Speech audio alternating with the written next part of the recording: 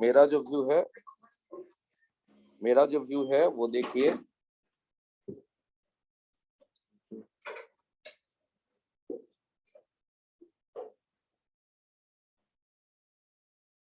we can use the concept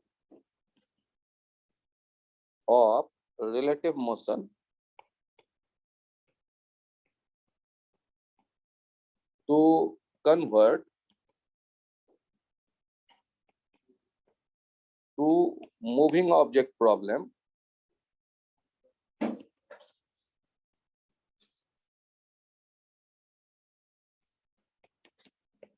into one moving object problem.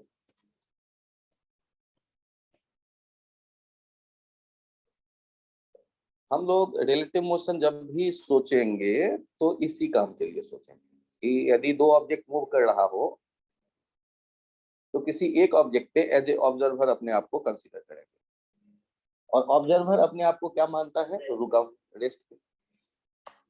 तो इससे क्या होगा, सिस्टम में अब एक ही ऑब्जेक्ट चलेगा, और एक ही ऑब्जेक्ट चलेगा तो एक ऑब्जेक्ट के मूवमेंट को तो हमने बार बार देखा, आसान हो जाएगा क्वेश्चन को सॉल्व करना। इसमें हमें हेल्प करेगा आइडिया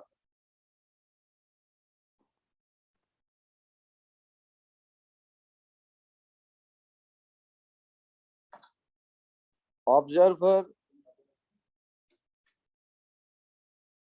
always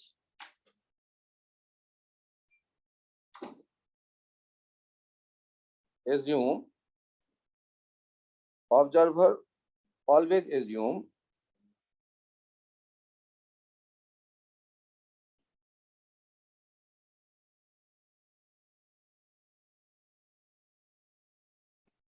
himself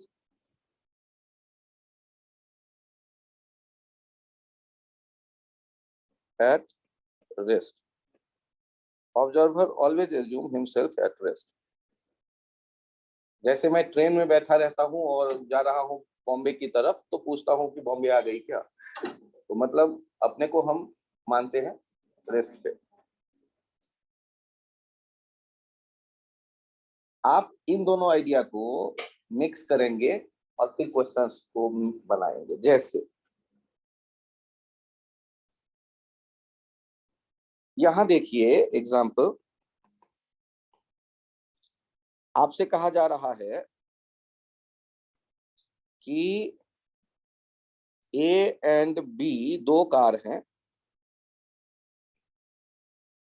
और इनके वेलोसिटी है 10 मीटर पर सेकेंड और बी का 12 मीटर पर सेकेंड। इनके बीच का इस समय जो सेपरेशन है ये है 50 मीटर। एक ही समय ये दोनों दिख रहे हैं पैरेलल ट्रैक पे चलते हुए। आपको बताना है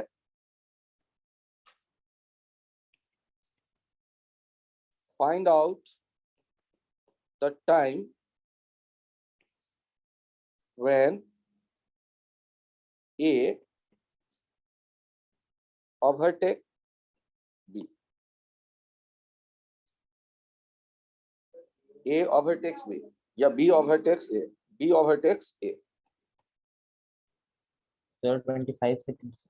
तो ये तो बहुत अच्छा जवाब। अब यहाँ पर देखिए, एक तो तरीका ये होगा कि हम दोनों ऑब्जेक्ट को चलता देखें। ये कितना चला आया है 10 इंटू टी, और ये कितना चला आया है 12 इंटू टी। आपने दोनों को चलते देखा,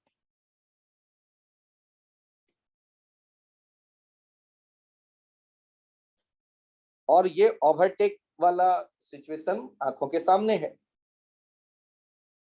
तो मेथड ये जब सॉल्व कर रहे थे तो मेथड 1 में हमने क्या देखा, फ्रॉम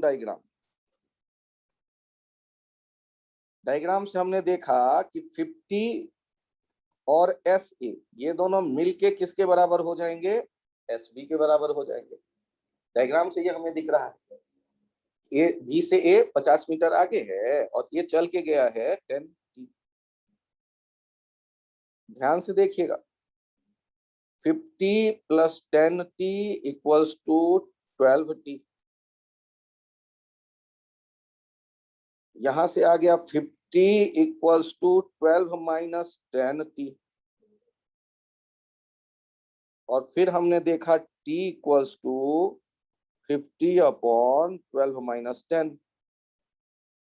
50/2 = 25 सेकेंड।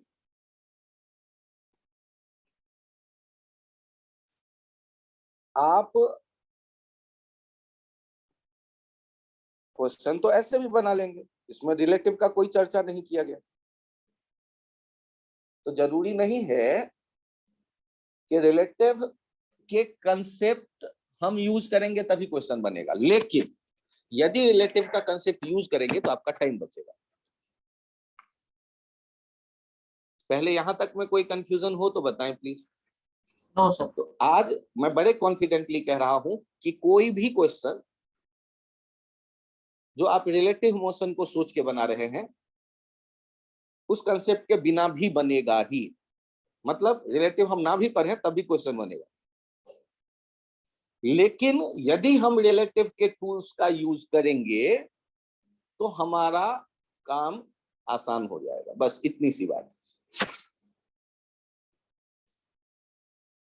यहां देखिए, इस क्वेश्चन के जो सॉल्व करने का ये मेथड 2, उसमें एक ए को देख रहे हैं किससे चलते हुए, 10 मीटर पर सेकेंड। बी को देख रहे हैं चलते हुए 12 मीटर पर सेकेंड। और इन दोनों के बीच का जो गैप है, इन दोनों के बीच का जो सेपरेशन है, ये है 50 मीटर। और ये एक खास टाइम 0 पे ये डायग्राम है आपके सामने। और कब ये ओवरटेक करेंगे हम जानना चाहते हैं। तो जब मुझे ये दो ऑब्जेक्ट चलते दिखे तो सॉल्व करने के लिए हमने क्या किया, एक पे ऑब्जर्वर की तरह खुद अपने को एज्यूम किया। और ऑब्जर्वर जैसे ही एक बी पर आया तो वो खुद को किस पे कर लेगा, रेस्ट पे। उसका वेलोसिटी छीनो। उस ऑब्जर्वर को बगल वाला पेड़ किधर जाते दिखेगा, पीछे की तरफ। कितने से, जितना इसका खुद का स्पीड था। ऑब्जर्वर पूरी दुनिया को अपने अपोजिट डायरेक्शन में जाते देखता है, अपने को तो रुका मानता है। तो इसका मतलब है ए भी किधर आते दिखेगा उसे, 12 मीटर पर सेकंड से 12 मीटर पर सेकंड से लेफ्ट की तरफ। तो अब जब नया डायग्राम आप बनाएंगे तो ये जो बी है इस पे ऑब्जर्वर है और ये तो चल ही नहीं रहा, रेस्ट पे है। तो चल कौन रहा है, ए।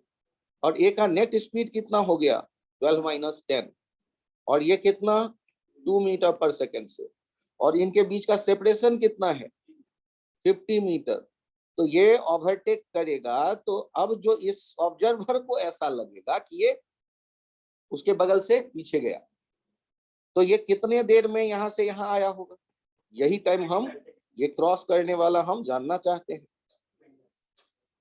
तो अब हम क्या कर दे सकते हैं, t = ये क्रॉस करने में जो टाइम लगेगा, डिस्टेंस बाय स्पीड। तो डिस्टेंस कितना हो गया, 50। और स्पीड कितना है, 2, दैट इज 25 सेकेंड। तो दो ऑब्जेक्ट यदि हमें चलते दिख रहा है, तो ये क्वेश्चन इंपॉर्टेंट नहीं है, क्वेश्चन बहुत फालतू है, बेकार। लेकिन देखने का नजरिया आप एक बनाओ कि हम ऑब्जर्वर जब बी पर बैठेंगे एज ए ऑब्जर्वर, तो हमें ऐसा लगेगा कि हम कुछ नहीं कर रहे। वो जो ए वाली कार है हमसे बगल से निकल गई पीछे, जबकि हमारी कार निकल के गई है ए के बगल से आगे। लेकिन यदि हम कार बी में बैठे हैं तो हमें ऐसा लगेगा कि बगल वाली कार पीछे गई। तो ऑब्जर्वर आप यदि चूज करें तो दो ऑब्जेक्ट में से एक ऑब्जेक्ट रेस्ट पे दिखेगा आपको।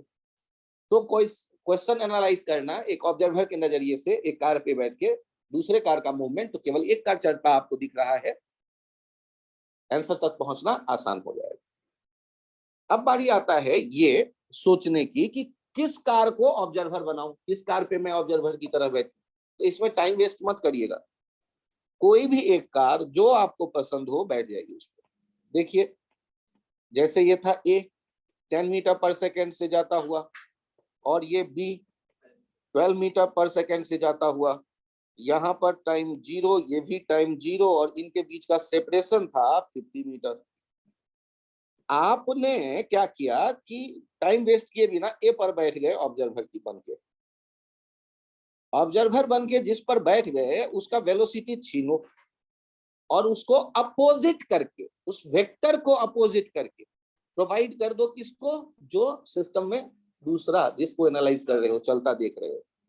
तो ये इसे आपने दिया इस बार कितना, 10 मीटर पर सेकंड।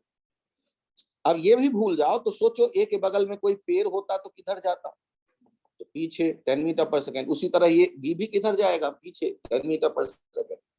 अब एक नया डायग्राम बना जिसमें जो बी है ये है ऑब्जर्वर और वो है रेस्ट, सॉरी ए है ऑब्जर्वर और है रेस्ट, और चलने वाला है केवल बी। और बी का नेट स्पीड कितना हो गया, 12 माइनस 10 दैट इज 2 मीटर पर सेकेंड, और इनके बीच का डिस्टेंस कितना है 50 मीटर। तो ये क्रॉस करने का टाइम कितना होगा, डिस्टेंस बाय स्पीड, और ये डिस्टेंस कितना 50 मीटर और स्पीड कितना 2 मीटर पर second that is 25 second.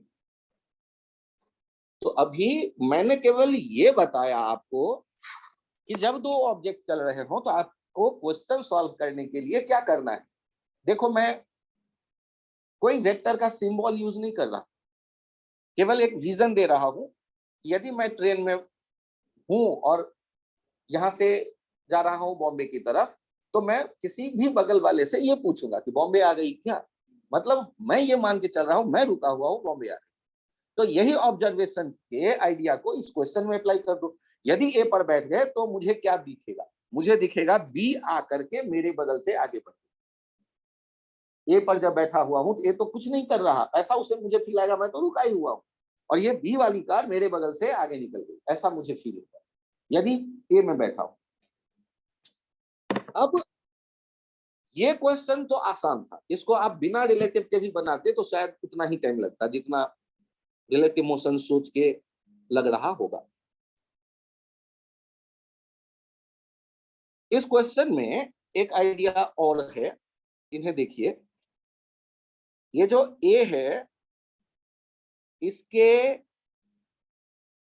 Speed मैंने कहा 10 मीटर पर सेकेंड, और एक्सलेशन कह रहा हूं 2 मीटर पर सेकेंड स्क्वायर, और बगल में एक कार है बी जिसका स्पीड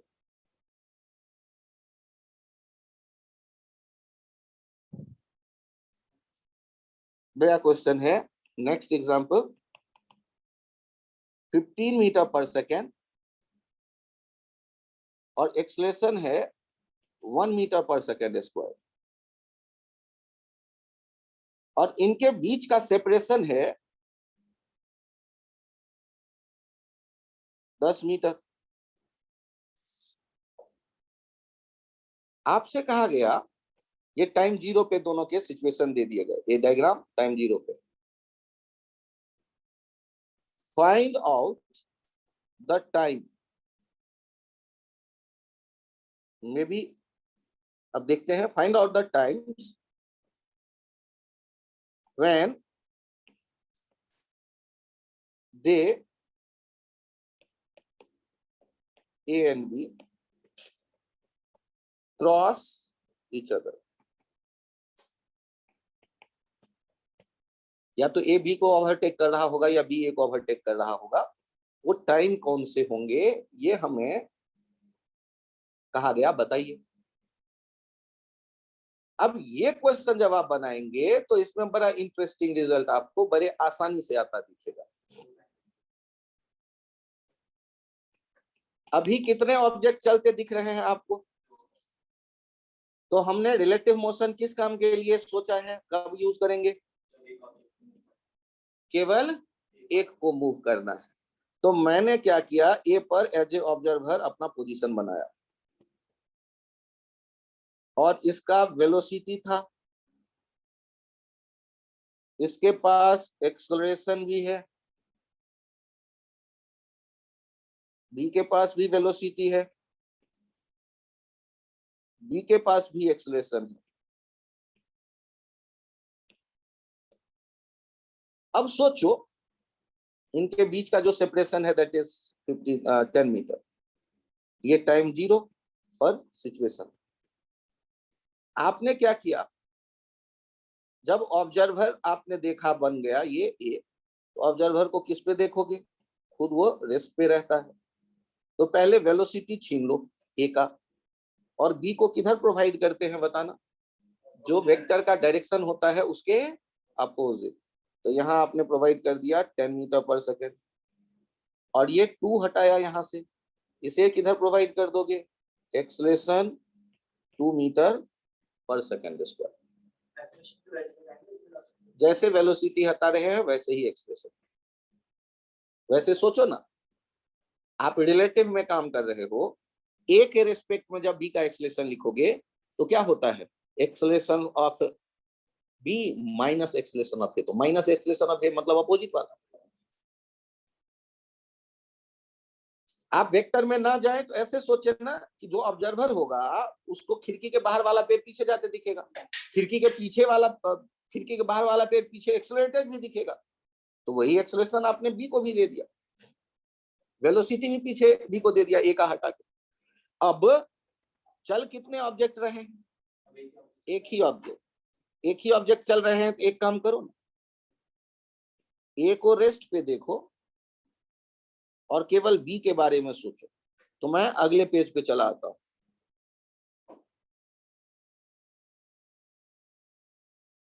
सर 10 इस मीटर पेज पर पे, सेकंड आगे 15 के साथ ऐड नहीं हो। हाँ वेट कर लीजिए। अब फिर आप यदि एक बार और देखना चाहें तो देखिए यहाँ डायग्राम प्लीज। ये ए के पास आपने देखा था 10 मीटर पर सेकेंड और एक्सेलरेशन दिखा था 2 मीटर पर सेकेंड स्क्वायर, और बी जो था इसका स्पीड था 12 मीटर पर सेकेंड। 12 था क्या? 15 मीटर पर सेकेंड, और डिस्टेंस कितना था? 10 मीटर। अब आपने इसे ऑब्जर्वर बना दिया, ऑब्जर्वर बनाकर दोनों चीजें छीन ली, और इसे इसका 1 मीटर पर सेकेंड स्क्वायर पहले से था, इसके अपोजिट आपने प्रोवाइड कर दिया 10 मीटर पर सेकेंड और एक्सेलरेशन 2 मीटर पर सेकेंड स्क्वायर। अब जो नया चित्र बनेगा इसमें ए तो रेस्ट पे होगा, ये दिखेगा ऑब्जर्वर और ये दिखेगा रेस्ट। अब ये चलने से रहा और केवल चलने वाला है बी। बी का वैल्यू हो गया 15 माइनस 10 दैट इज 5 मीटर पर सेकेंड, और एक्सेलरेशन हो गया 2 माइनस 1 पीछे की तरफ 1 मीटर पर सेकेंड स्क्वायर। और गौर करिए कि इसको जाना कितना है? 10 मीटर। तो आप यहाँ लिख रहे हैं s equals to ut plus half at square.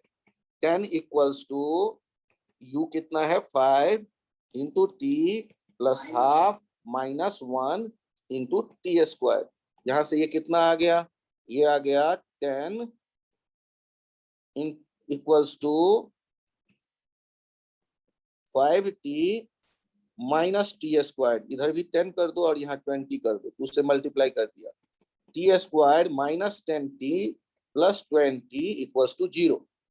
अब यहाँ से t निकल के चला आया, minus plus T, minus root 5। हाँ minus B plus minus under root B square that is 100 minus 4ac that is 80 by 2। अब यहाँ चेक करिए, वो उधर भीतर स्क्वायर रूट के भीतर कितना आ रहा है? 100 माइनस 80 20। 2 स्क्वायर रूट के भीतर जाएगा 4, तो ये हो जाएगा 2 प्लस माइनस रूट 5। तो कितने हमें टाइम मिल रहे हैं? एक 2 माइनस रूट 5 और एक T2 2 प्लस √5 क्या हो गया 5 प्लस, थैंक यू। 5 प्लस तो ये 5 प्लस √5, तो आप चेक करिए, एक आ गया 5 माइनस √5 और एक आ गया 5 प्लस √5। सर ये 2 बार ऐसे कैसे हो सकता है? हाँ, तो आप पहले वाले डायग्राम में जाकर सोचेंगे तो पहले B आगे निकल जाएगा और बाद में फिर A आगे निकल जाएगा, क्योंकि उसका एक्सेलरेशन ज्यादा है, तो कभी ना कभी उसका स्पीड ज्यादा होगा, फिर से वो A से B से आगे निकल जाएगा, तो इसलिए ऐसा टाइम मुझे 2 मिलेंगे। अच्छा सोचो, यदि यहाँ पर इमेजिनरी रूट्स आ जाता तो हम कहते कि जो घटना हम एक्सपेक्ट कर रहे हैं वो नहीं होगा। यदि यहाँ पर एक ही रूट आते डिस्क्रिमिनेंट 0 होने के बाद, तो हम कहते कि बस वो जस्ट पहुंचा होगा ए के बगल में और ए फिर आगे निकल गया होगा, तो एक ही बार वो बगल में आया होगा, वो दोबारा घटना नहीं होगा। तो यहाँ जब क्वाड्रेटिक आ रहा है तो उस क्वाड्रेटिक के इंटरप्रेट करना सीखें आप, कि 2 बार हो सकता है ये घटना, या एक बार हो सकता है, या एक बार भी नहीं होगा। और हमने यहाँ वेक्टर का कोई नोटेशन यूज नहीं किया, क्यों? क्योंकि वेक्टर के नोटेशन में जाएंगे तो एक वेक्टर वो अपने आप दुखी करना शुरू कर देगा। तो यहाँ क्या हम करें, उससे बच गए, केवल एक को ऑब्जर्वर बनाया। जैसे ही 2 पार्टिकल चलता दिखा तो एक को ऑब्जर्वर बना दिया और चलेगा, फिर अब एक दूसरा इकलौता वो जा करके क्या हो रहा है, काइनेमेटिक्स के एक पार्ट के मूवमेंट वाले इक्वेशन आप अप्लाई करिए, रिजल्ट देखिए, रिजल्ट मिल जाएगा। जिनके ये पॉइंट थोड़े थोड़े समझ में आ गए हो वो हैंड राइज करें प्लीज। सर बहुत बढ़िया सारांश, यश, अभिनव, आदित्य, प्रियांशु, अर्णव, अपराजित, शोभित, सक्षम, शुभ्रांशु, सर कुणाल, ऋषिकेश। हाँ बताओ। सर जब आपने बोला कि सर एक टाइम आएगा तो उसका क्या मतलब होगा? घटना, ये जो दुर्घटना आप सोच रहे हैं एक ही बार होगी। सर सिर्फ बी से पहुंचेगा उस ए तक बस। बी पहुंचेगा ए तक, या ऐसा हो सकता है कि बी वाले का एक्सेलरेशन ज्यादा होता, अकल लगाओ, बी वाले का एक्सेलरेशन ज्यादा होता और टाइम हमें एक ही मिलता पॉजिटिव, तो हम क्या कहते, घटना एक ही वाली हुई, वो ए को एक बार क्रॉस करता और फिर आगे भागता चला जाता, ए को कभी मौका ही नहीं मिलता फिर बी को पीछे करने का। ओके सर, ये भी हो सकता है। Sir relative acceleration sir 2 time आने का क्या मतलब होता है?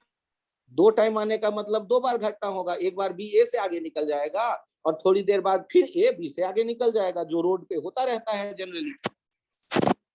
आप किसी गाड़ी को ओवरटेक करते हो और कुछ देर बाद वो गाड़ी आपको ओवरटेक कर लेती है।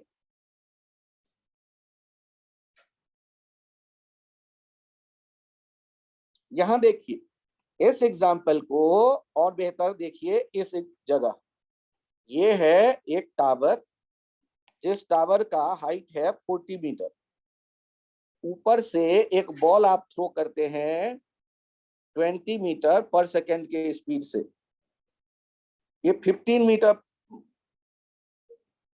5 मीटर पर सेकेंड के स्पीड से, और नीचे से एक बॉल थ्रो करते हैं 20 मीटर पर सेकेंड के स्पीड से, इसको भी चेंज करो 35 मीटर पर सेकेंड के स्पीड से। ये 2 बॉल को एनालाइज करो,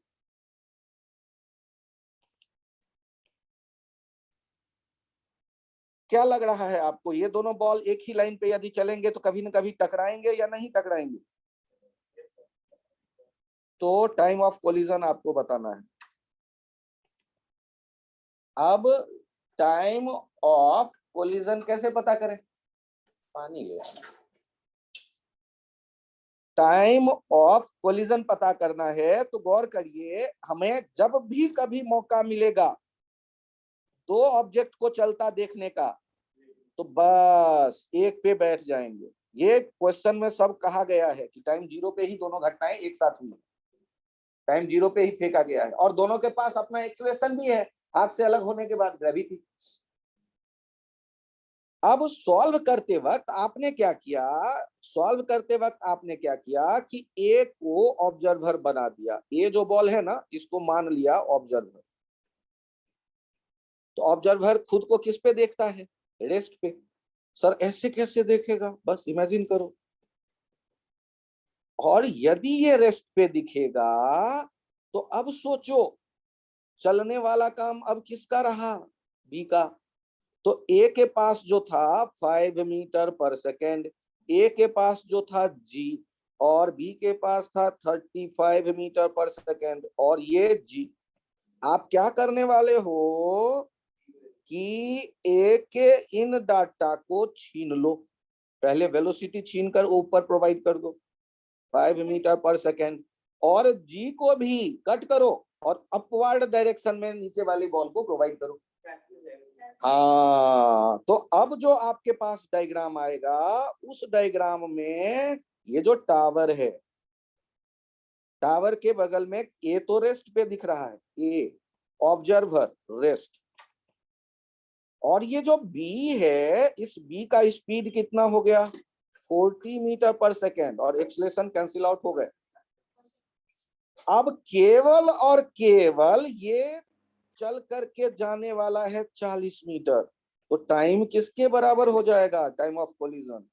तो टाइम ऑफ कोलिजन हो जाएगा distance by speed, distance by speed. Distance कितना है 40, स्पीड कितना है 40, टाइम कितना हो गया 1। तो ये यदि विजन आपका डेवलप हो जाए तो आपका काम आसान होगा या नहीं। यहाँ वेक्टर का कोई नोटेशन नहीं है और हम रिलेटिव के क्वेश्चन बना रहे हैं।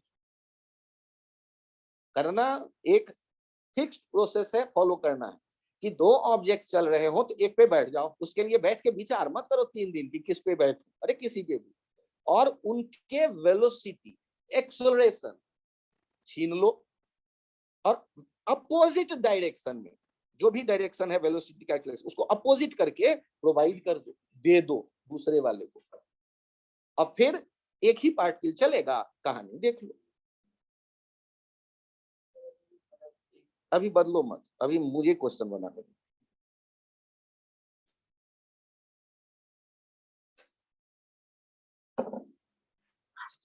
इसमें यदि कोई डाउट है तो बताएं। जिनके समझ में आ गया हैंड राइज करें, क्लास में बच्चे, और जिनके ऑनलाइन में समझ में आ गया वो भी हैंड राइज कर लें। बहुत बढ़िया। तुषार, दोनों सारांश, तरफ ऋषिकेश, अर्णव, प्रियांशु, आदित्य, यश, सक्षम और अपराजित, शुभ्रांशु, कुणाल। हाँ बोलो अभिनव। सर दोनों तरफ एक्सेलरेशन सेम था इसलिए हमने कैंसिल कर दिया। दोनों तरफ एक्सेलरेशन था तो आपने एक्सेलरेशन को जब ए से हटाया तो बी को किधर प्रोवाइड किया, सेम डायरेक्शन में या अपोजिट करके।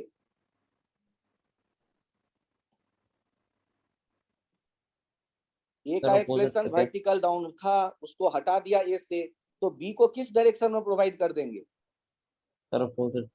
अब ए बी के पास एक खुद का है -10 मीटर पर सेकेंड स्क्वायर, और उसको एक्स्ट्रा दिया गया है +10 मीटर पर सेकेंड स्क्वायर, तो टोटल कितना हुआ उसके पास एक्सेलरेशन, सर 0, इसलिए घटा दिया। और वैसे सोचो, आप रिलेटिव मोशन सोच रहे हो, acceleration of B with respect to A, acceleration of B observed by ए।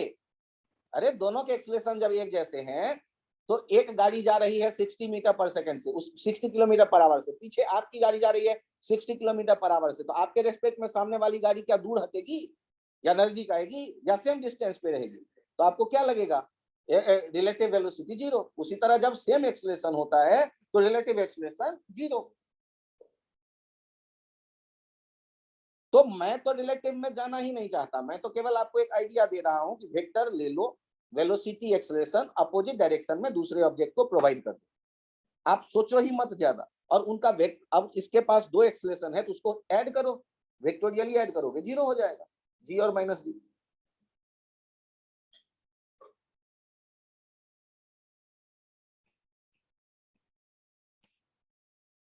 सोहम, और आपको कुछ और पूछना हो तो बताएं। पार्थ, प्रथम, आपको कुछ पूछना हो और तो बताएं प्लीज। No sir. बहुत बढ़िया। तो आप जब भी कभी 2 पार्टिकल को चलता देखें, अब यहां इससे भी इंटरेस्टिंग और क्वेश्चन देख लो। ये है दो टावर आपके सामने,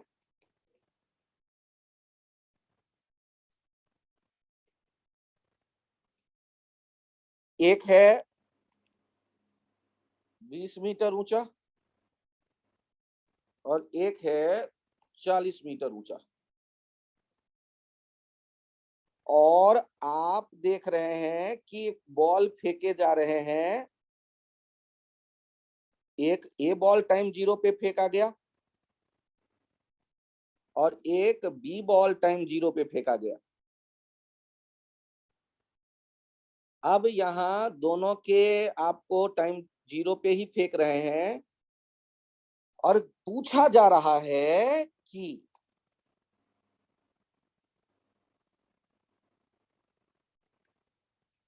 फाइंड आउट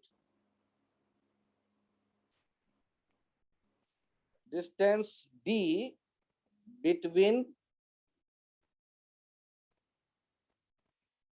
टू टावर्स।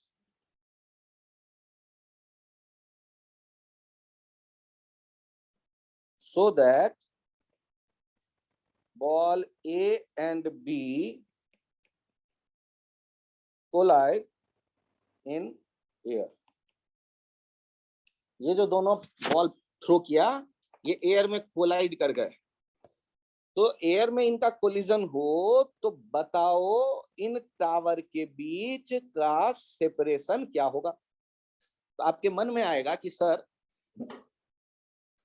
यार प्रोजेक्टाइल और वो भी टावर से और वो भी दो दो, एक तो अभी संभलता नहीं है। तो मैं याद दिलाता हूं आपको कि दो पार्टिकल चलता दिखे तो तुरंत दिमाग में घंटी बजनी चाहिए कि हम क्या करने वाले हैं, एक को रेस्ट पे।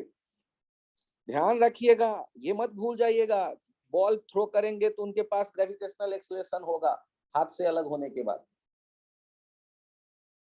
तो दोनों बॉल का वेलोसिटी दिख रहा है, दोनों बॉल के एक्सेलरेशन दिख रहे हैं, और आपको करना क्या है ये भी आपको पता है।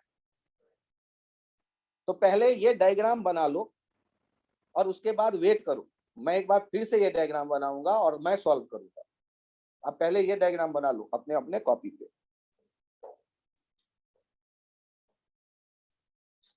टावर के बीच का मैं डिस्टेंस ढूंढना चाहता हूं। टावर की हाइट है एक 20 मीटर और दूसरी 40 मीटर, और दोनों जो थ्रो किया है, एक को किस डायरेक्शन में थ्रो किया है, वर्टिकल, और दूसरे को किस डायरेक्शन में थ्रो किया है, हॉरिजॉन्टल, जैसे कि चित्र में दिख रहा है। और ये टकराते हैं हवा में, ये क्वेश्चन में कहा गया। सर ये हवा में टकराएंगे, आप श्योर हो? अरे मुझे नहीं पता, टकराते होंगे। एक काम करते हैं, क्वेश्चन कह रहा है तो टकराएंगे ही। तो चेक करते हैं, ये चित्र फिर से देखते हैं, यहाँ हम क्या कर सकते हैं उस पर विचार करते हैं। यहाँ गौर करिए कि आपने दो बॉल जो देखे, एक ए और दूसरा बी, इनमें बी को मान लिया ऑब्जर्वर, और ऑब्जर्वर मानते ही ये अपने आप को क्या मान लेगा, रेस्ट। तो पहले तो दोनों के पास जो डाटा है वो दिखाओ,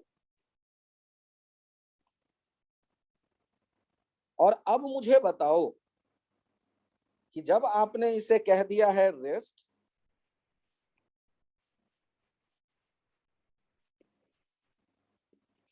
तो चलन क्या हटा लेंगे वहां से, वेलोसिटी और वेलोसिटी, एक्सेलरेशन। वेलोसिटी हटाकर हमने प्रोवाइड कर दिया ये 30 मीटर पर सेकंड अपोजिट डायरेक्शन में, और दूसरा हटा लेंगे एक्सेलरेशन, वो बगल में ऊपर की तरफ ये जी प्रोवाइड कर देंगे। अब बताओ एक्सेलरेशन नेट कितना हो जाएगा, 0। बहुत बढ़िया, एक्सेलरेशन खत्म।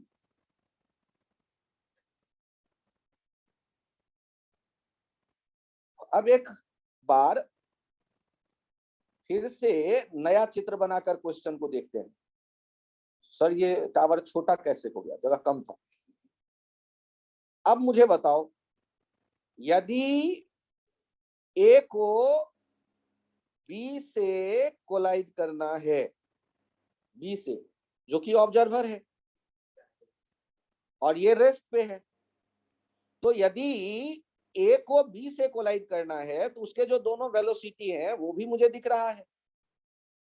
ए को टकराने के लिए बी तक किस रास्ते पे जाना पड़ेगा? तो ये इस स्ट्रेट रास्ते पे। इसका मतलब है कि इन 30 और 30 का रिजल्टेंट इसी लाइन पे आएगा और इसी लाइन पे आएगा। इसका मतलब ये एंगल कितना होगा जल्दी बताओ? 45। अरे 45 45 डिग्री। अब यहाँ 45 डिग्री जब दिख गया, आप कैसे पता चला? क्योंकि ए को बी तक ही जाना है, ए से बी को मिलाया, मतलब 30 और 30 का रिजल्टेंट इसी लाइन पे है, तभी जाके वो टकराएगा। अब यहाँ बताओ ये हाइट कितना दिख रहा है? यहाँ h2 minus h1 that is 40 minus 20 that is 20 metre. और ये नीचे वाला लेंथ कितना है यहाँ से यहाँ तक? d। तो 45 डिग्री का एंगल का मतलब हो जाएगा 20/d, मतलब d हो गया 20 मीटर। और 45 डिग्री का मतलब आइसोसेलेस ट्रायंगल हो जाएगा। तो वहां तो ऊपर वाला साइड h2 माइनस h1 और नीचे वाला बेस जो हो गया वो d। तो d किसके बराबर हो जाएगा? 20 मीटर के बराबर हो जाएगा। तो जिनको दो ऑब्जेक्ट में से एक को रेस्ट पे करना समझ में आ गया, उनके लिए काम आसान है। कोई प्रोजेक्टाइल नहीं, कौन सा प्रोजेक्टाइल? देखो तो स्ट्रेट लाइन मोशन दिख रहा है मुझे, कोई जरूरत नहीं। ये कितने देर में कोलाइड करेगा? यदि पूछ दे कि टाइम ऑफ कोलिजन बताओ, तो ध्यान से देखो ये डिस्टेंस कितना आ जाएगा? √d² plus h1 minus h2 minus h1 square, ये डिस्टेंस हो जाएगा। तो टाइम ऑफ कोलिजन यदि पूछ दे, टाइम ऑफ कोलिजन यदि पूछ दे तो ये हो जाएगा 20√2 distance upon 30√2 means 2/3 second. 2/3 second में ये कोलाइड कर जाएगा। अरे दोनों आ गए ना, आइसोसेलेस ट्रायंगल वाला 20/20 तो डायगोनल आएगा 20√2, ए बी के बीच का डिस्टेंस निकल आया, स्पीड जा रहा है ए से बी, बी से ए की तरफ 30√2 से, तो कितने टाइम में टकरा जाएगा? तो आपको सर लेकिन अभी तो एक ही चल रहा था। अरे यही तो खासियत है कि दो चलने वाले को एक में आप बदल सकते हैं यदि कंसेप्ट आप अप्लाई कर देते हैं रिलेटिव मोशन का। तो एक प्रोजेक्टाइल का पाथ दूसरे प्रोजेक्टाइल से जब भी कभी देखेंगे तो स्ट्रेट लाइन ही मिलेगा, क्योंकि उनका रिलेटिव एक्सेलरेशन 0 है। अरे सोच के तो देखो, एक्सेलरेशन होता तब तो पाथ कुछ इधर उधर होता, एक्सेलरेशन है ही नहीं, रिलेटिव एक्सेलरेशन 0। चाहे किसी भी डायरेक्शन में दो पत्थर फेंक दो, उनके दोनों के एक्सेलरेशन जी होंगे वर्टिकल डाउन, तो रिलेटिव एक्सेलरेशन हमेशा क्या आएगा? 0। तो जब कभी एक प्रोजेक्टाइल का दूसरे प्रोजेक्टाइल के रेस्पेक्ट में आप सोचेंगे पाथ, तो स्ट्रेट लाइन दिखेगा। जैसे बी को ऐसा लगेगा ए इस स्ट्रेट पाथ पे आकर उससे टकरा गया, बी को ऐसा लगेगा। तो रिलेटिव मोशन में क्या कर रहे हैं फिर से एक बार सुनो। दो ऑब्जेक्ट देखते ही आपके दिमाग में आनी चाहिए कि रिलेटिव का कंसेप्ट हम यूज करने वाले हैं। एक को मान लो ऑब्जर्वर वो रेस्ट पे आ गया, उसका छीन लो वेलोसिटी और एक्सेलरेशन, वो उसके डायरेक्शन अपोजिट कर दो, वेलोसिटी के भी और एक्सेलरेशन के भी, और उसे प्रोवाइड कर दो जो दूसरा ऑब्जेक्ट चलता छोड़ा आपने, और अब दूसरे ऑब्जेक्ट के मोशन को एनालाइज कर लो। ये आप फॉलो करते हैं तो रिजल्ट आ जाएगा। सर आपने टाइम ऑफ कोलिजन कैसे बताया? फिर से बोलो। आपने टाइम ऑफ कोलिजन कैसे बताया? ए टकराने के लिए कहां तक जाएगा? क्या बी कबड्डी खेल रहा है या बैठा दिख रहा है तुम्हें क्वेश्चन में? अभी चित्र में जब ऑब्जर्वर बना दिया तो रेस्ट पर है। तो ए को टकराने के लिए कितना डिस्टेंस ट्रेवल करते दिख रहे हो आप बी तक? 30√2। अरे बेवकूफ, वो तो स्पीड है। जल्दी बोलो कितना डिस्टेंस है? सर मुझे नहीं पता, फालतू का क्वेश्चन मत पूछो। ये है डी 20 मीटर, ये है D 20 metre h2 minus h1, और ये है लेंथ, ये लेंथ कितना हो गया? अकल लगा लो थोड़ा सा, राइट एंगल ट्रायंगल में तो कभी पढ़ा होगा ना पाइथागोरस थ्योरम।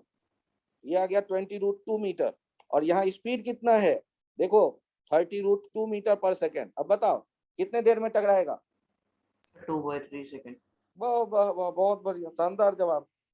जिनके समझ में आ गया है हैंड राइज करें प्लीज, क्लास में भी ठीक है, और हैंड राइज करें ऑनलाइन भी।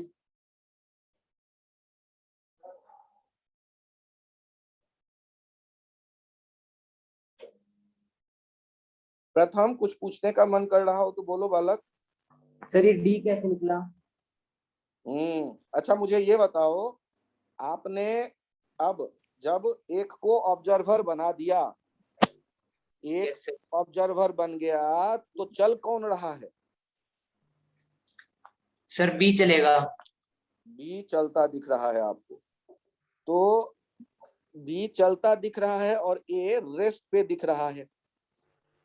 Yes sir. बी के पास वेलोसिटी कौन कौन से हैं?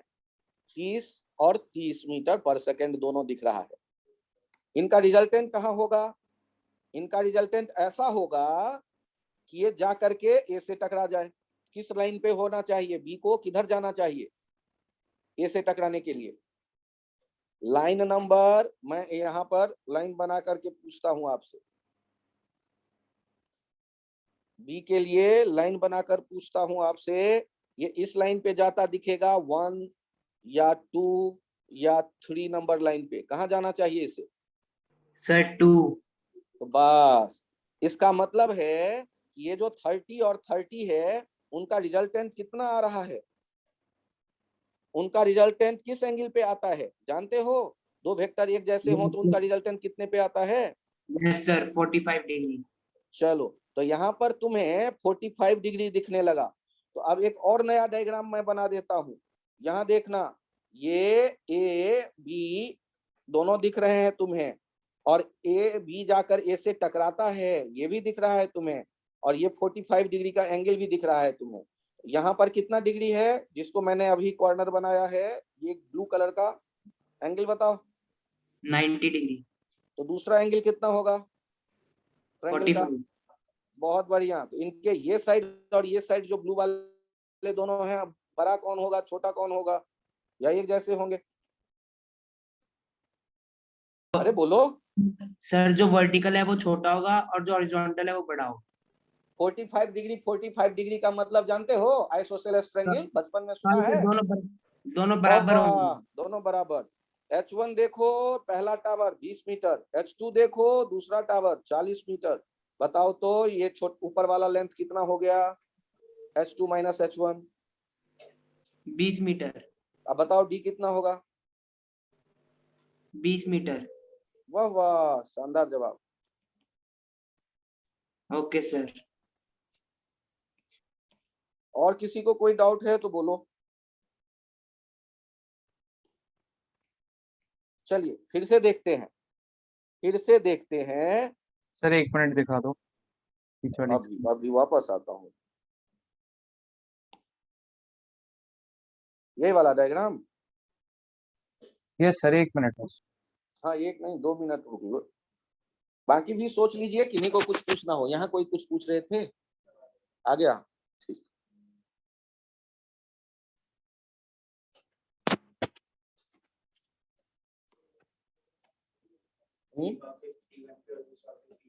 हो गया सर। अब एक ही सीखो, बाद में करते रहना। फिर दो को दो दो तरह से अलग अलग चलते भी तो देख सकते हो, वो भी काम कर सकते हो। अलग टाइम पे अलग ही चलने दो। यहाँ पर आप चेक करिए, एक कंसेप्ट आपने सीखा उसे नोट कर लीजिए।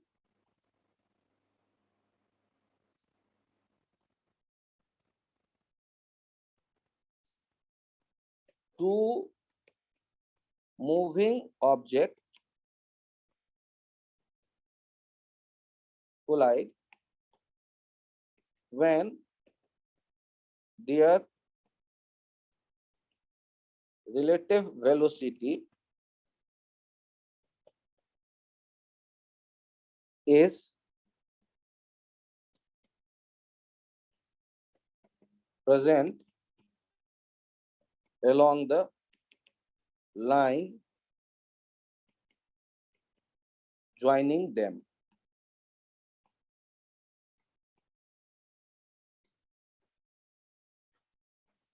Two moving objects collide when their relative velocity,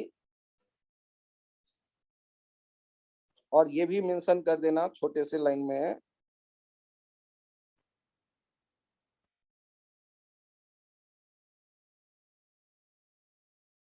if relative acceleration exists, then it also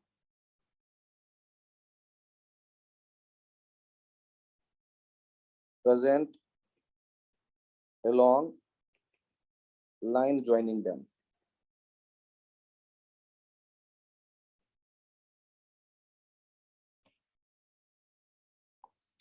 यदि अभी जो प्रोजेक्टाइल वाले केस थे इसमें रिलेटिव एक्सेलरेशन क्या हो जाता था, 0। लेकिन यदि दो ऑब्जेक्ट को कोलाइड करना है तो उनके रिलेटिव एक्सेलरेशन और रिलेटिव वेलोसिटी दोनों एक ही लाइन पे होंगे, जो उन दोनों के ज्वाइन किए जाने वाले लाइन है, तभी ये कोलिजन पॉसिबल हो पाएगा।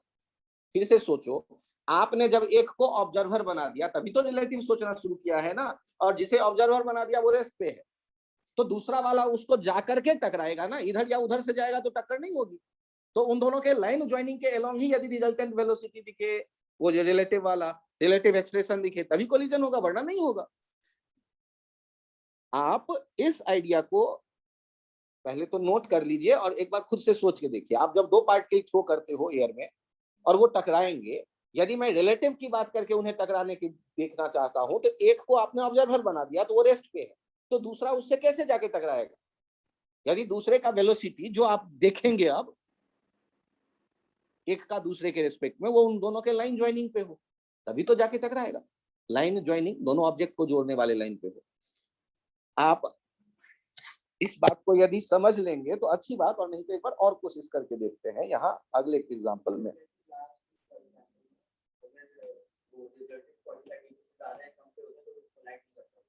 अभी देखते हैं, यहां चेक करिए, आपके सामने फिर से क्वेश्चन है। ये हम देख रहे हैं थ्रो कर रहे हैं 30 मीटर पर सेकेंड से।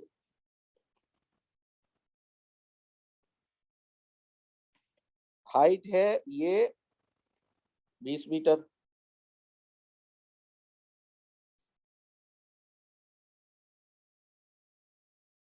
और दूसरा जो हम देख रहे हैं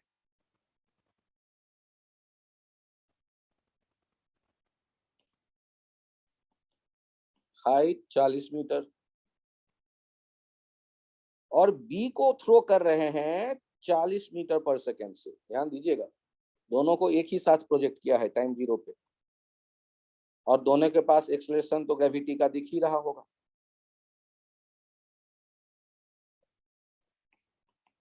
find distance D between two towers while the two balls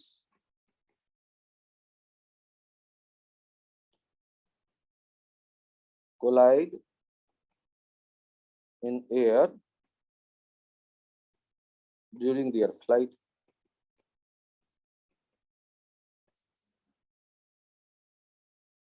Find distance d between two towers while the two balls collide in air during their flight.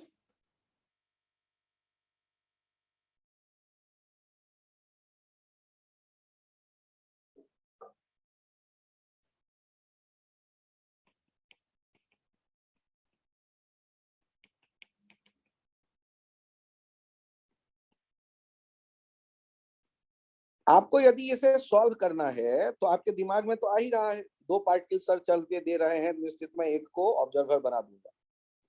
एक काम करिए, सॉल्व करना शुरू करते वक्त एकदम वो सही सोच रहे हैं आप, वही काम करिए, एक को ऑब्जर्वर बना दीजिए, और अब ज्यादा उसमें भी टाइम मत लगाइए, सीधे ये जो है इसे बी को, यहां मैंने बी कहा है, इसे ऑब्जर्वर मानिए और उसको रेस्ट पे कर दीजिए, और दूसरे बॉल के बारे में केवल सोचिए। ये है 30 मीटर पर सेकेंड और ये है 40 मीटर पर सेकेंड। अब मुझे ये बताइए, यदि इनको टक्कर लगना है तो इस ए को कहां से कहां जाना पड़ेगा टकराने के लिए? ए को कहां जाना पड़ेगा टकराने के लिए? बी से। तो उनके लाइन ज्वाइनिंग के एलोंग यहां तक आएगा।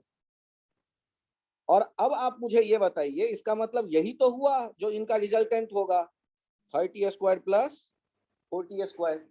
और यदि रिजल्टेंट है तो यहाँ पर एंगल कितना होगा, tan अल्फा। वेक्टर से बताइए, tan alpha 37 vy by vx 30 by 40 3/4। बहुत बढ़िया। और यहाँ पर अब ट्रायंगल देखिए आप, आपको अब एक ट्रायंगल दिखेगा। यहाँ चेक करिए, ये एक ट्रायंगल देखिए, इस ट्रायंगल में ये हो गया h2 minus h1 that is 20 metre, और ये है d। तो tan अल्फा किसके बराबर लिख देंगे, 20 बाई d। तो 20 बाई d हो गया 3/4। अब यहां से d कितना हो जाएगा, 80/3 80 बाई 3 मीटर। तो हमने वेक्टर के क्वेश्चन, वेक्टर के नोटेशन के बिना क्वेश्चन बना लिए। हमने रिलेटिव का कुछ नहीं लिखा, जो सीख चुके हैं कि V A by V, V A minus V B, कुछ नहीं लिख रहे, लेकिन हमारा काम बन रहा है, क्वेश्चन बनते जा रहे हैं।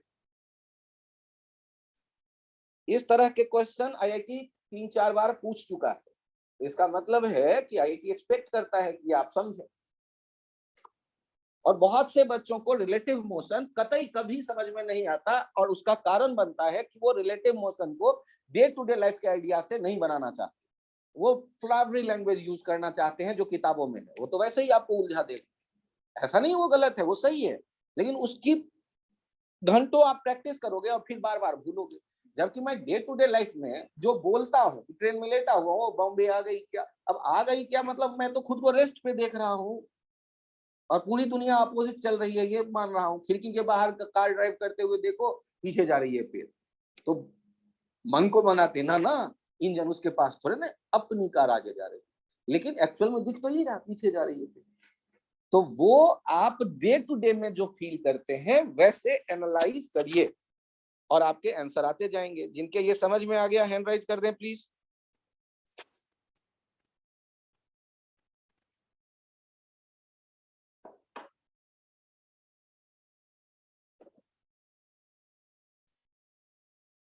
प्रथम कुछ पूछना है तो बताएं बालक।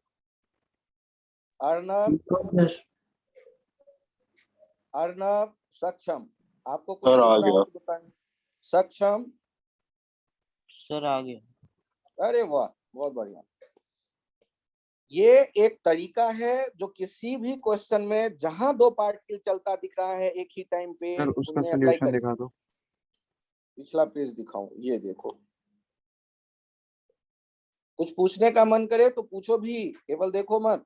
पूछो मुझसे सर जी कहाँ चला गया, वो 4 बार जी गायब हुआ है तो 5वीं बार मैंने गायब ही कर दिया, दिखाया ही नहीं। Relative acceleration 0।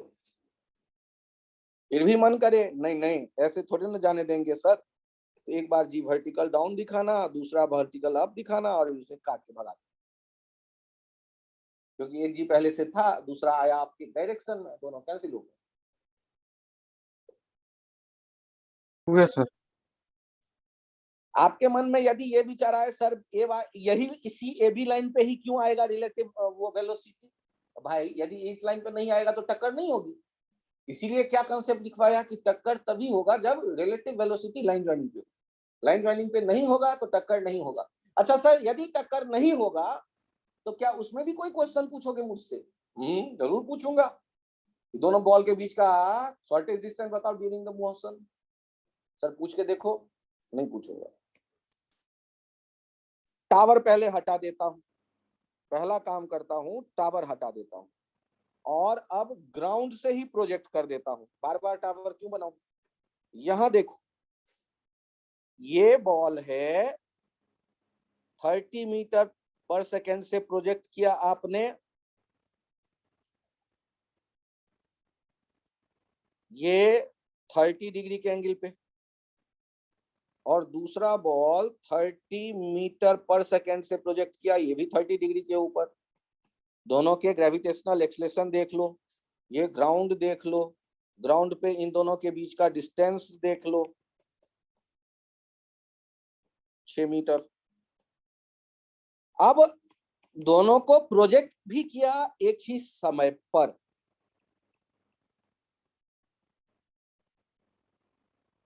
आपको पहले ये सोचना है, will the balls collide during their flight?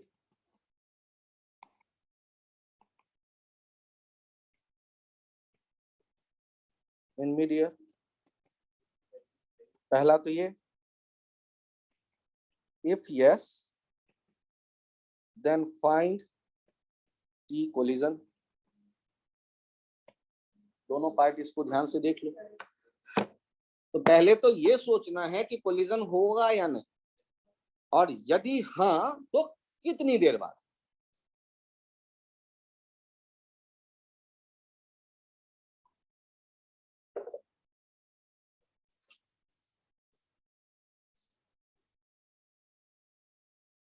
हमें कितने ऑब्जेक्ट चलते दिख रहे हैं? 2। एक ही साथ प्रोजेक्ट किया गया, तो दिमाग में घंटी बजनी चाहिए कि एक को हम ऑब्जर्वर बनाएंगे ही, और यदि एक को ऑब्जर्वर बना देंगे तो कहानी फिर बदल जाएगा।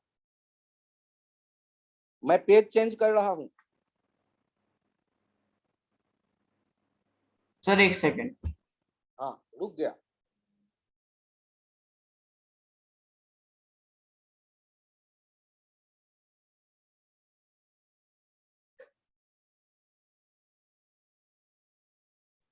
सर हो गया।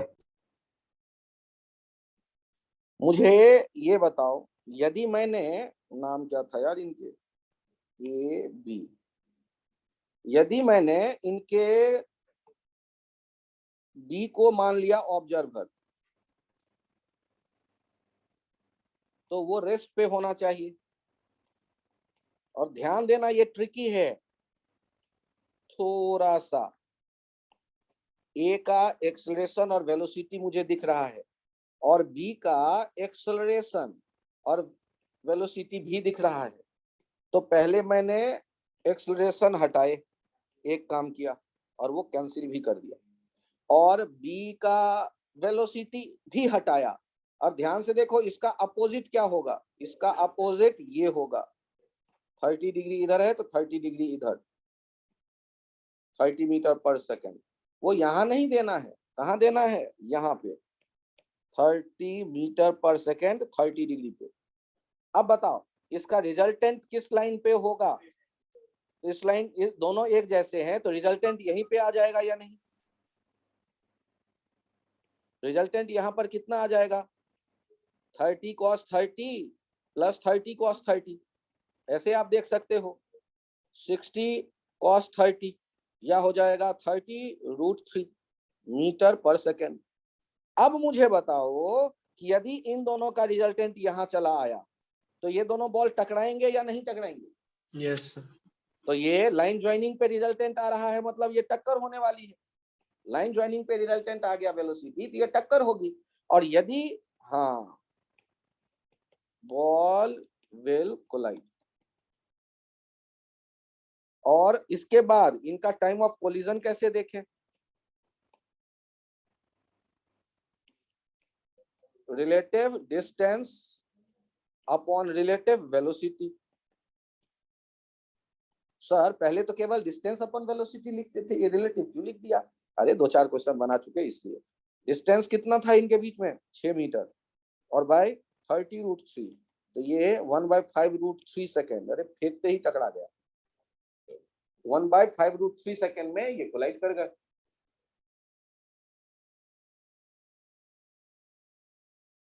तो सोचने का एक नया आपको तरीका मिल गया,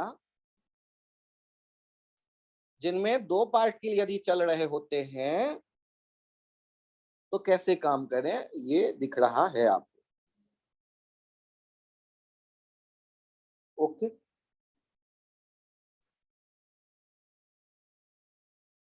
सर रिलेटिव डिस्टेंस 6 कैसे आया?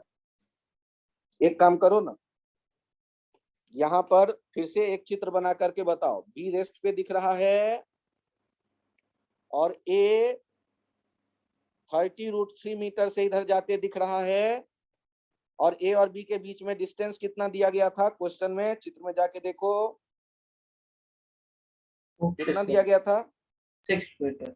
ओ, और जब ये इसी लाइन पे चलेंगे तो टकराने के लिए कितना डिस्टेंस चलेंगे? 6 मीटर।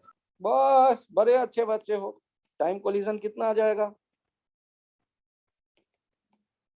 6/30।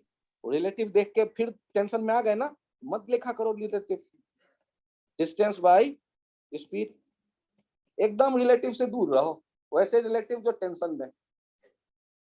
सोच के देखो, ये रिलेटिव तब तक तुम्हें चॉकलेट देगा जब तक इस रिलेटिव से डर नहीं लगेगा, और यदि तुमने रिलेटिव के वेक्टर में घुसे फिर तो बस वो चॉकलेट भूल जाओ।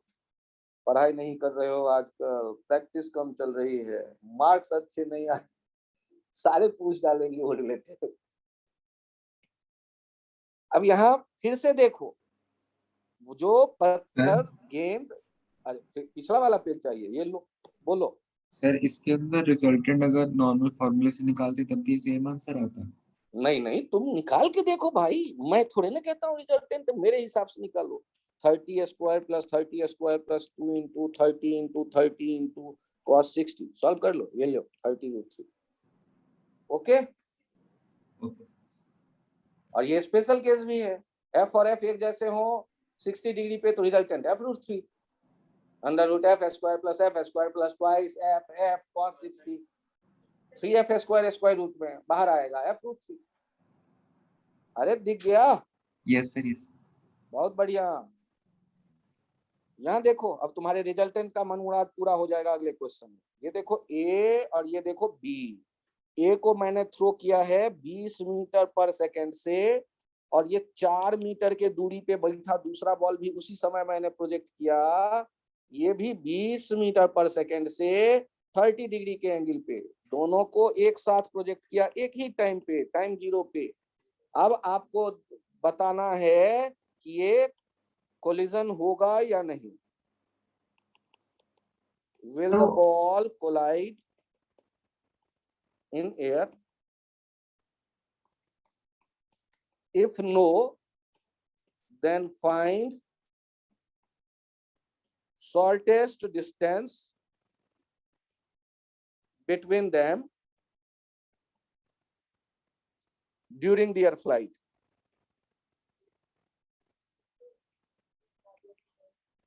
हाँ, सही सोचा सामने, सोचा। अब आपके काम का पार्ट बचा, यदि पहले पता चल गया कि नहीं कोलाइड होने वाला है तो आपके पार्ट का काम क्या बचा कि डिस्टेंस निकालो इनके बीच का शॉर्टेस्ट। अच्छा लॉजिक कि सर में नो वाला दिया है ऑप्शन तो जरूर कोलाइड नहीं करेगा। हाँ, तो इसका मतलब नो वाला ही कहानी बनने वाली है। ठीक है, चले बढ़ते हैं। हाँ, सर एक किसने एंगल पे फेंका गया? और एक वर्टिकल अप है तो 90 होगा बालक, नहीं तो चलो लिख दिया 90। पहले क्वेश्चन नोट कर लो और फिर वेट करो, मैं भी बना लूंगा, और तुम साथ खुद भी बनाना चाहो तो स्वागत है। मैं पेज चेंज करूं? Yes sir. अब मजे हैं अपने, जैसे ही दो ऑब्जेक्ट दिखता है तो दिमाग तैयार है एक काम करने के लिए, कि समझ में आ गया है कि ये रिलेटिव यूज किया जाता है ऐसे क्वेश्चन में। एक साथ प्रोजेक्ट किए गए थे, ये 20 मीटर पर सेकेंड और इधर कौन सा था 20 मीटर पर सेकेंड, लेकिन 30 डिग्री, और यहाँ पर है 90 डिग्री। अब हमने इसके जी हटाए, और इस क्यों, क्योंकि इसे ऑब्जर्वर मान लिया। ऑब्जर्वर, और खुद को क्या देखता है ऑब्जर्वर, रेस्ट पे। वेलोसिटी हटाया, अपोजिट दे दिया 20 मीटर पर सेकेंड, ये 30 डिग्री पे। और एक्सलेरेशन जो था वो हटा करके इसे ऊपर दे दिया, जी और जी आपस में टाटा बाय बाय हो गए। अब बताओ, जब आपको वेलोसिटी दिख रहा है 20 इधर और 20 इधर, इनके बीच का एंगल देखो तो रिजल्टेंट कितना होगा? तो रिजल्टेंट दो वेक्टर जब एक जैसे हो, वन मैग्नीट्यूड के और 120 डिग्री पे, तो रिजल्टेंट आता है उतना ही। ठीक है, तो रिजल्टेंट कितना आ गया? रिजल्टेंट आ गया, नहीं मन माने तो एक काम कर लेना यार, 20 square plus 20 square plus 2 into 20 into cos 120, cos 120 आते ही दो गायब हो जाएंगे और ये 120 बाहर आ जाएगा, कॉस 120 माइनस 1/2 होता है। ओके, अब मुझे बताओ रिजल्टेंट कितना कितना एंगल बना रहा होगा दोनों तरफ से, इधर से भी और इधर से भी? सर 60, क्योंकि दोनों एक जैसे हैं। और यदि ये 60 है तो अब बताओ ये एंगल कितना होगा? 60 माइनस ये वाला 30 कितना हो गया? 30 डिग्री। फील करो, फील करो।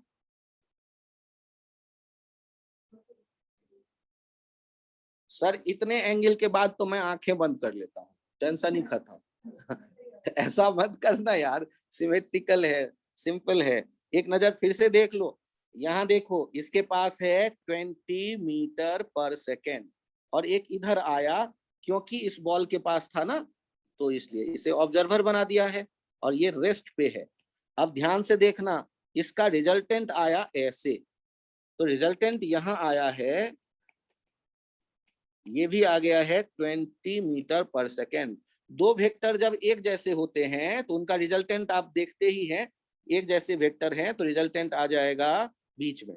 तो बीच का मतलब ये 90 था ना, तो 90 और 30 मिलकर के टोटल कितने थे? 120 थे, तभी तो वो बीच में आया।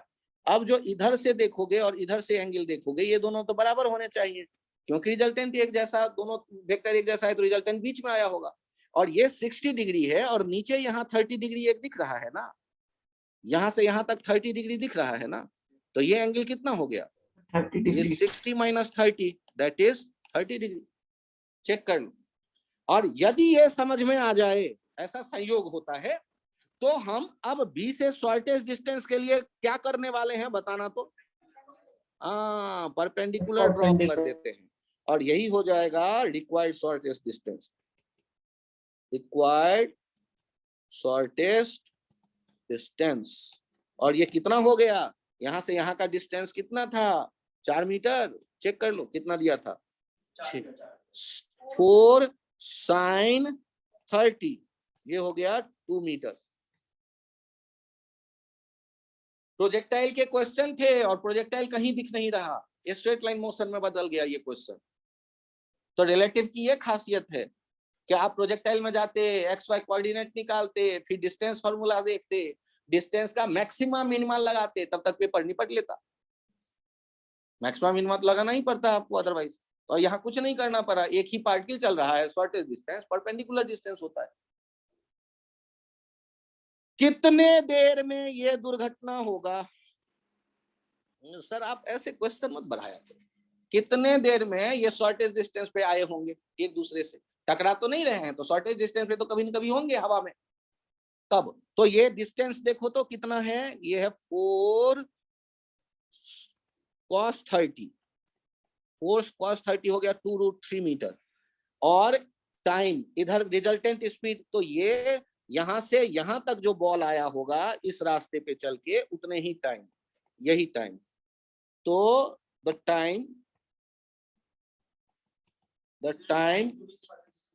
when they are at shortest distance equals to, distance हो गया 2√3 मीटर और स्पीड हो गया 20 मीटर पर सेकेंड, ये हो जाएगा √3/10 सेकेंड। √3/10 सेकेंड। सर हाँ बोलो। सर इसमें जो आपने टाइम निकाला है उसमें जो आपने वो लिया स्पीड, वो रिजल्टेंट कब? वाली लेनी है? और क्या, तो दो पार्टिकल को क्या दो तरफ टुकड़े होके जा रहे हैं, एक बीच से आसमान में और एक बीच से जमीन के भीतर, या एक ही पार्टिकल चल रहा है? सर एक ही पार्टिकल चल रहा है, तो किस स्पीड से चल रहा होगा? कौन से वाले बीच से? रिजल्टेंट वाले बीच से। रिजल्टेंट वाली। इसलिए वही स्पीड लेंगे, वही लाइन दिखेगा बी को जाने का, ए का, और वही डिस्टेंस होगा जो 4 cos 30 दिख रहा है ट्रिग्नोमेट्री से। उतने डिस्टेंस जाने में जो टाइम लगेगा वही है शॉर्टेस्ट डिस्टेंस अचीव करने का टाइम। यही तो खासियत है कि क्वेश्चन बदल जाता है, एकदम रूप ही बदल लेता है।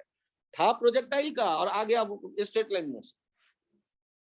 तो हमें यदि फायदा नहीं होगा भाई, तो रिलेटिव की सेवा क्यों करेंगे? क्यों क्यों पढ़ेंगे चैप्टर?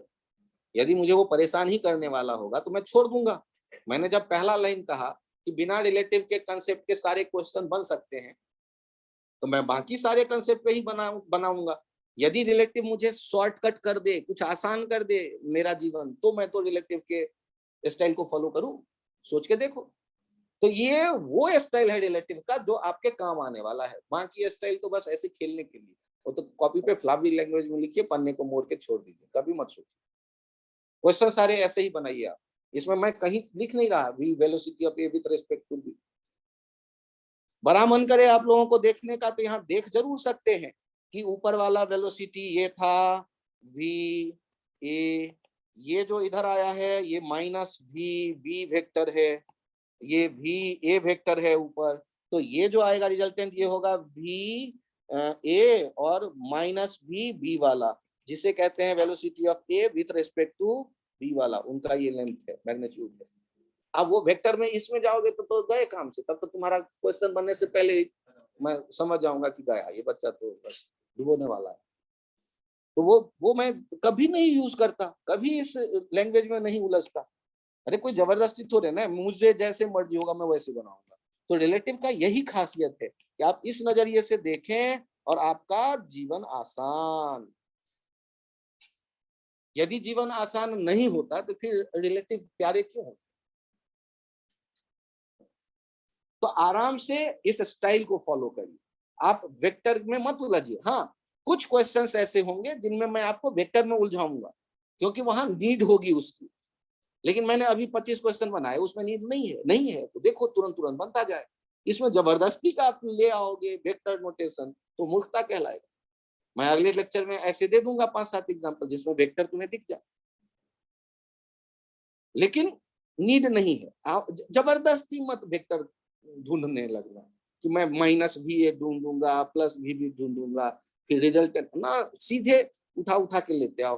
क्या करना है, एक को ऑब्जर्वर बनाना है, उसका वेलोसिटी छीन लो, उसका एक्सेलरेशन छीन लो, और कुछ है नहीं छीनने के लिए, उठा के दूसरे ऑब्जेक्ट को दे दो, रिजल्टेंट अब निकाल लो। रिजल्टेंट का मतलब वही एक इकलौता formula, √a² + b² + 2ab square root, और कोई नहीं, यही फॉर्मूला वेक्टर वेलोसिटी के लिए भी एक्सेलरेशन के लिए भी।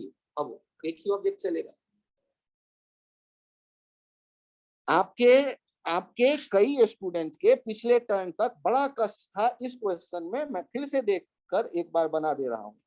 ये 10 मीटर पर सेकेंड, ये बी भी 10 मीटर पर सेकेंड से चल रहा है। सर अम्ब्रेला वाला क्वेश्चन 300 मीटर, ये 400 मीटर, और आपने दोनों के टाइम भी देखे एक जैसे, और आपसे कहा गया find out shortest minimum distance between A and B during their subsequent motion।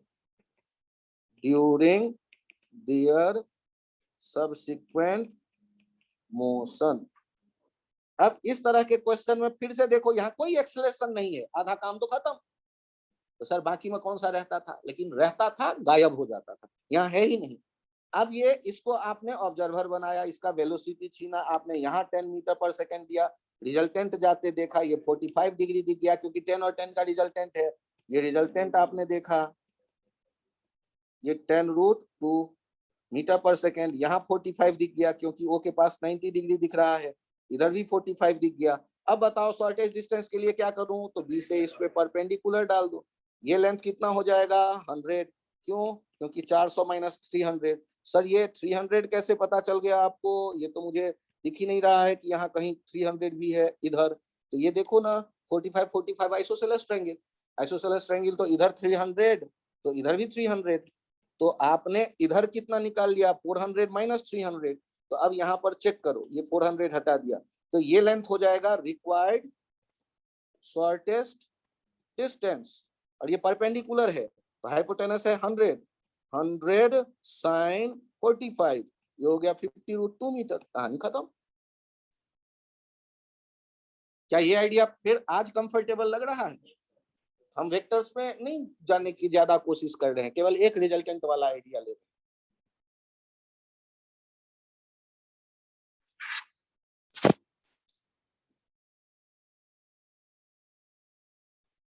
यहां तक में कंफर्टेबल हो तो हैंड राइज कर दें प्लीज।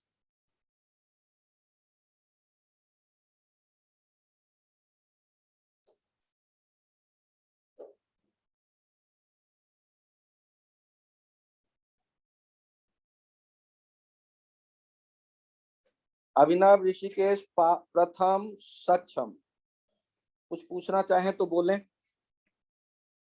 बहुत बढ़िया सक्षम, आ गया बहुत सर। बढ़िया ऋषिकेश, बहुत बढ़िया प्रथम, आ गया, बहुत बढ़िया। आप लोग कंफर्टेबल? ठीक। अभी के लिए कहानी यहीं तक रखते हैं। थैंक यू, सर वो एक अम्ब्रेला वाला क्वेश्चन बता बाय दीजिए। बाय।